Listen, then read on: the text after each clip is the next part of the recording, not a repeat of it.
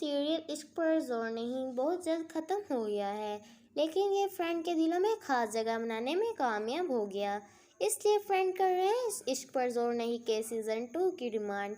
इश्क पर जोर नहीं की कहानी में अभी भी काफ़ी कुछ बचा है जिसको फ्रेंड देखना चाहते हैं, और वो देखने के लिए इश्क पर जोर नहीं का सीज़न आना ज़रूरी है।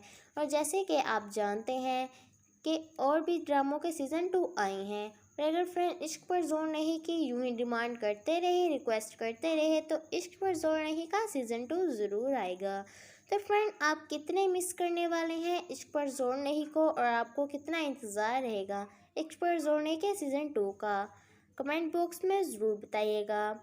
और फ्रेंड्स, अगर आप लोग मेरे चैनल पे न्यू हैं तो आप लोग मेरे चैनल को सब्सक्राइब कर दें और बेल आइकन को प्रेस कर दें, ताकि आने वाली ऐसे अपडेट वीडियोस आपको वक्त पर देखने को मिलती रहे। तब तक के लिए friends, bye bye and take care.